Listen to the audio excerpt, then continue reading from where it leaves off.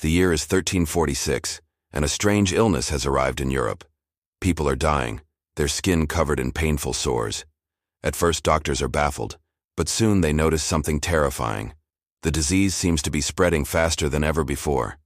So how did this happen, and why should you care? Well, because this sickness would go on to kill millions and change the course of European history forever. It's the Black Plague, the world's deadliest pandemic. So how did this plague start? Well, it started in Asia, where rats were carrying a bacterium called Yersinia pestis. At the time, rats were living in close quarters with humans, and the two species were basically sharing everything. So when those rats got sick, humans got sick too. And that's how the plague began its journey across the continent. But if rats were the problem, why did the plague spread so fast? Well, one reason was that people didn't understand how diseases spread. So when the plague arrived in Europe, they didn't know how to stop it. They also didn't know that the fleas living on the rats could also carry the disease, and those fleas would often jump ship and find new hosts, humans. Another reason was that travel was making the disease spread even faster. People were traveling all over Europe by boat and land, and they were bringing the plague with them wherever they went. For example, when Italian merchant ships arrived in the port of Sicily, they brought with them a stowaway, a little black rat carrying the plague. Those rats quickly found a new home in Sicily, and soon the island was overrun with the disease. But perhaps the most important factor in the plague's rapid spread was the climate. During the Middle Ages, Europe was experiencing a warm period known as the medieval climatic optimum. This meant that the weather was warmer than normal, which allowed rats to thrive and spread the plague even faster.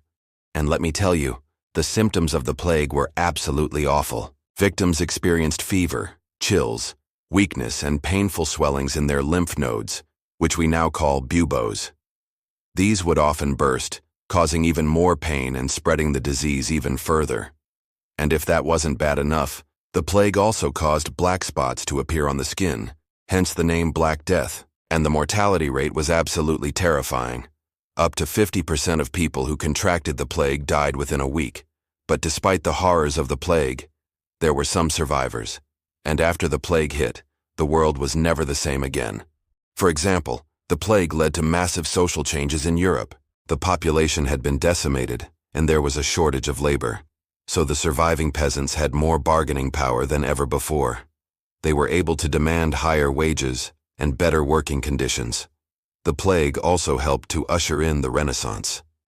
With the death of so many people, there was a lot of upheaval in Europe and new ideas were in the air. The plague had a profound impact on art, literature, and science during this time. In fact, the plague was so impactful that some believe we are currently living through a similar moment in history. You see, we are facing a number of unprecedented challenges, from climate change to a pandemic. And just like the plague, these challenges are forcing us to change the way we live and interact with the world around us. So what can we learn from history's darkest pandemic? Well, one lesson is that diseases don't respect borders. The plague didn't care about national boundaries and it spread across Europe with ease. That's why it's important for us to work together and share knowledge about diseases and how to prevent them from spreading. Another lesson is that we need to be prepared for the next pandemic. The plague caught Europe off guard and the continent wasn't prepared for what was coming. But if we learn from history, we can be better prepared to protect ourselves from future pandemics. I'm the host of the Knowledge Vault, and if you want to learn more about the Black Plague or any of the other amazing history topics I cover, all you have to do is click the link below.